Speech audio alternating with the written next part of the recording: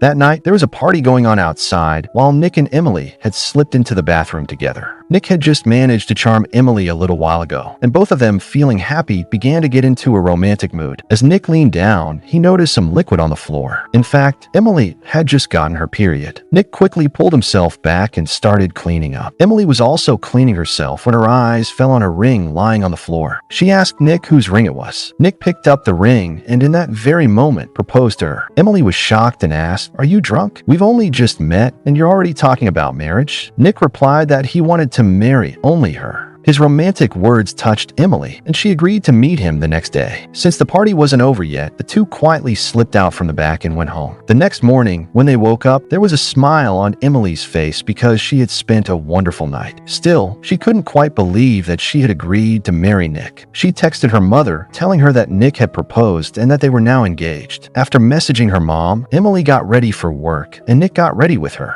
Soon, they left the house together, but after a short distance, they went their separate ways. A little while later, both reached their respective offices. Emily stepped into the elevator, and just then Nick walked in too. Emily was shocked, but Nick behaved as if he didn't know her at all. After getting out of the elevator, Emily went to her workspace, where she saw Nick sitting in a cabin across from hers. During work, Emily heard from a colleague that Nick might soon receive a big promotion along with a hefty salary. Hearing this, Emily went straight to him and congratulated him. It was clear she was genuinely happy for his success. That evening, Emily went to Nick's house again and told him she wanted to stay with him for a month. Nick understood. Once home, they celebrated, and their romance only grew stronger. Nick was excited too, thinking his hard work was finally paying off. But he didn't realize that the very promotion bringing them closer might soon create problems. That same night, the story took a different turn. Emily suddenly got a call from a colleague who said he needed to talk about something important and asked her to meet at a cafe. Without thinking much, Emily agreed to go. After some time, Emily reached the cafe, but she was surprised to see her boss sitting there. He casually told her that the colleague had already left. Emily felt uneasy, wondering why her boss had called her alone. During their conversation, the boss confessed that he had developed feelings for her and hinted that if she wanted a promotion, she should cooperate with him. He implied that promotions don't come from hard work alone. He said he saw potential in her and wanted to give her the next PM position in the company. Hearing this, Emily felt conflicted. She understood his intentions and quietly returned home. Meanwhile, Nick was still waiting for her.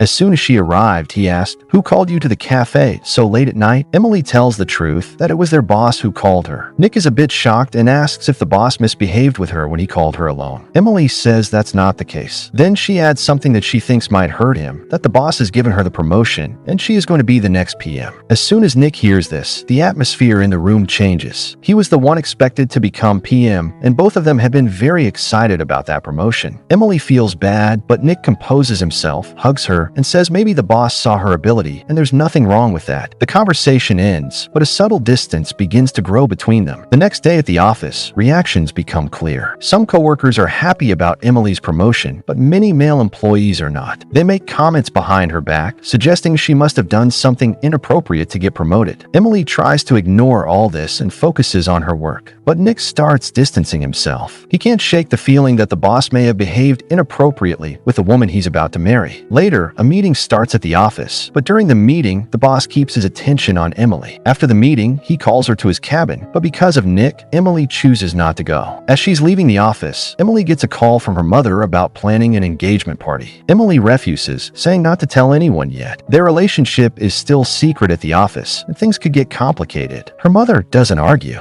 Emily heads home, but when she arrives, Nick isn't there. She calls him, but his phone is off. She assumes he's upset with her, probably because of the promotion, but she knows where he usually goes. So she heads straight to a cafe where she finds Nick sitting alone, drinking. It hurts her to see him like that because she knows how important that promotion was to him. But Nick acts as if he's not angry with her. More than Emily's promotion, he seems suspicious of the boss. Emily reassures him that she won't betray him and will support him in every way. But Nick refuses, saying he doesn't need help, he'd rather earn the promotion on his own. After that, Nick grows quiet. But deep inside, he's troubled by that night and keeps wondering why the boss chose Emily for the promotion when he believes he is more talented. From the next day on, Nick fully focuses on his work, though he keeps glancing at Emily. Meanwhile, the boss frequently circles around Emily's cabin, which bothers Nick even more. When Emily talks to the boss about Nick's promotion. The boss tells her that Nick isn't as talented as she is and doesn't have what it takes yet. He tells her not to focus so much on Nick. Hearing this hurts both Emily and, indirectly, Nick. That day, Nick leaves the office without telling Emily. He's troubled, and now Emily, too, starts paying less attention to him. Earlier, they were equals, but now that balance is breaking, and it slowly starts to sting Nick. That same night, Emily is out with her boss. After drinking a bit, she returns home late. Nick already knows the boss took her to a party, so he doesn't say much. Emily tells him that the boss's attitude toward him isn't good, and that he doesn't speak well of him. Nick says it doesn't matter, but in truth it does. It hurts him deeply. These things slowly weaken his emotional bond with Emily. Nick is breaking inside, but he doesn't express much. Then one day, Nick is seen going to the office by bus, while Emily arrives in the company car. At the office, she laughs and talks cheerfully with the boss. Watching all this, something inside Nick breaks, but he says nothing. He realizes that Emily is slowly slipping away from him. After a while, Emily walks up to Nick and asks if he'd like to go out with her. Nick refuses, makes an excuse, and walks away. Emily ends up going out alone. By now, she understands that Nick is getting worried about her and the boss, but it doesn't affect her much anymore. For her, money has become more important.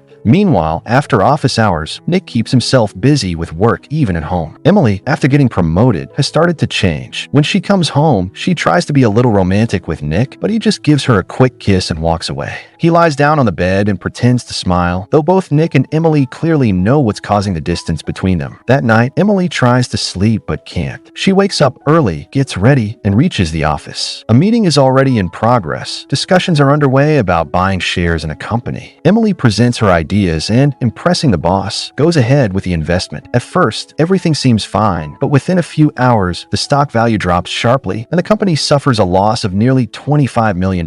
It's a huge shock. Emily gets angry at Nick because, after analysis, the final decision was hers, but she had invested based on Nick's suggestion. The boss vents all his anger on Emily. Emily realizes her job is now at risk, but she assures the boss that she will recover the loss. From that moment, she completely immerses herself in her work. This time, she doesn't rely on anyone's advice. She studies every report and piece of data on her own. Soon, she learns about a company whose court decision is expected in a few days. This is exactly the kind of opportunity she's been waiting for, and she decides to invest in that company. All her colleagues warn her not to take the risks, but Emily is determined. No matter the outcome, she will take the chance. Meanwhile, the distance between her and Nick keeps growing, both at the office and at home. Their physical intimacy is almost gone. One day, Emily approaches Nick and says she wants to be close to him again. She tries to get intimate, but Nick stops midway, saying he's not in the mood. It's clear that Emily's promotion has deeply affected him. Emily gets frustrated again. Just then, her boss calls to discuss the investment. Seeing this irritates Nick, but he stays silent. Later, Emily watches the news. The day of the court decision arrives, and the company wins the case. Her decision turns out to be a massive success. The company not only recovers the losses, but earns even greater profits. Emily is overjoyed. Everyone in the office celebrates, and the boss, who had previously yelled at her, now praises her and even apologizes for his behavior. He tells her he fully trusts her now and rewards her with a $600,000 commission for such a huge win. Emily is thrilled. She messages Nick asking him to go out and celebrate with her, but Nick doesn't reply or even look at her. Just then, the boss comes over and suggests celebrating at a pub. Emily thinks if Nick doesn't want to come, she won't force him, so she agrees and goes with the boss. That night, after celebrating at the club, Emily returns home drunk. Seeing her like that makes Nick angry. Emily tries to calm him down and even attempts to get romantic, but Nick refuses, saying she's drunk. Then Emily jokingly says, "If you make me happy, I can get you that promotion. And why have you been acting like such a loser these days?" Hearing this, Nick snaps. He angrily says that the moment she saw money, she started following the boss around. He accuses her of thinking she's some kind of leader now and forgetting that a good girl doesn't go out drinking with men and come home late. This deeply hurts Emily. She realizes that this is no longer just about a promotion. It has turned into a battle of ego and power. The relationship is now filled with more bitterness than love. The next day at the office, the situation becomes even worse. Colleagues start gossiping about Emily and the boss's night out, making comments that fuel Nick's jealousy and anger. Around the same time, Nick learns that another PM position has opened up in the company. Now his frustration turns into desperation. He goes to Emily and asks her to recommend him to the boss for the PM role. Emily tells him the boss isn't favoring him. This triggers Nick, and he storms straight into the boss's cabin. There, he almost begs, saying he has always wanted to be like him and has worked hard to become worthy of the promotion. But the boss bluntly replies that this kind of behavior doesn't earn jobs or promotions. Capability isn't claimed, it's proven. Still, Nick asks for just one chance. The boss then tells him that the PM position has already been filled. They've hired someone more talented. Hearing this, Nick completely breaks down, overwhelmed with anger and disappointment. He walks out of the office. After reaching home, Nick is deeply troubled. That night, when Emily returns, she tries once again to explain things and calm him down. She even tells him that she has already started looking for a new job for him. But Nick is now filled with anger and frustration and isn't in the mood to talk. Just then, Emily's mother calls about preparing for the engagement reception, but Emily refuses, saying they're going through problems right now. Immediately after, Emily gets a call from her boss. Nick, already irritated, tells her not to pick up the phone. He questions what kind of boss calls so late at night and says that the boss clearly has different expectations from her and that she's falling for it. He warns her that the boss is trying to take advantage of her, even if she doesn't realize it. At this point, Emily's patience finally breaks. She snaps back, saying that it's not the boss taking advantage of her, it's Nick. Hearing this, Nick completely loses control, and the two of them start yelling at each other, venting all their frustrations. Eventually, Nick storms out, and Emily is left behind, drinking alone. The next day, Nick doesn't show up at the office. When colleagues ask, Emily tells them he's on leave, but the boss insists that Nick must attend an important meeting. Emily keeps calling him, but he doesn't answer. She leaves him a voicemail, reminding him about the reception party and apologizing for her behavior, but there's still no response. Then, just as the meeting begins, Nick suddenly shows up completely drunk. He walks into the meeting room and starts shouting at everyone. He lashes out at the boss, saying no one likes him, accusing him of treating employees like dogs, and then throwing them away. In his anger, Nick reveals the biggest secret, that he and Emily have been living together for the past 2 years. He even blurts out that Emily once told him she could get him promoted if he made her happy. After saying all this, Nick storms out and turns off his phone. Emily is furious. She comes outside and leaves him a voicemail, telling him that if he wants to break up, he should face her directly instead of creating a scene out of ego and frustration. She tries to find him in several places, but he's nowhere to be found and doesn't answer his phone. That night, the reception party begins. Nick is already there. As soon as Emily arrives, he tries to humiliate her in front of everyone. He says her job and promotion are because of her looks, not her talent. Emily gets angry, and the argument escalates. Finally, Nick crosses the line by saying something extremely offensive about her and the boss. This pushes Emily over the edge. She hits him on the head with a bottle and leaves. The next day at the office, Emily tells the boss that Nick had been obsessing over her and spreading rumors about them living together. She claims he couldn't handle her success and acted out of jealousy. The boss tells her that Nick's career is now finished. He won't get a job in any company and advises her to forget him and focus on her future. Later, when Emily returns home, she finds Nick packing his belongings. He's about to leave the apartment for good. Emily decides to confront him one last time and asks him to apologize. When Nick doesn't respond, she picks up a knife and, in anger, says he has ruined her life, destroyed her career, and humiliated her in front of everyone. She slashes his hand and tells him to get down on his knees. Nick is completely broken. He sincerely apologizes, admitting he made a mistake and doesn't know what came over him, that his ego led him to do all this. Emily breaks down too,